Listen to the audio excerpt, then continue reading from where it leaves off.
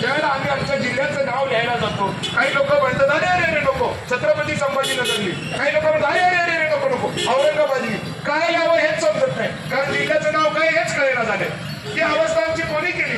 एकीकडे आम्हाला प्यायला पाणी तुम्ही देत नाही, दुसरीकडे तुम्ही आम्हाला या वादात लपून ठेवलं, आमच्या जिल्ह्याचं नाव काय हेच आम्हाला सुधरेना झाले.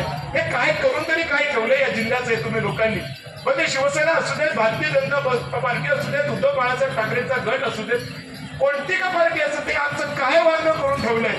आणि हे वांग करून पुन्हा तुम्हाला ते वांग तळून त्याच्यात मिरच्या टाकून तुम्हाला चटणी म्हणून खायची आहे आणि आम्ही तुम्हाला ते वाढावं अशी तुमची अपेक्षा आहे.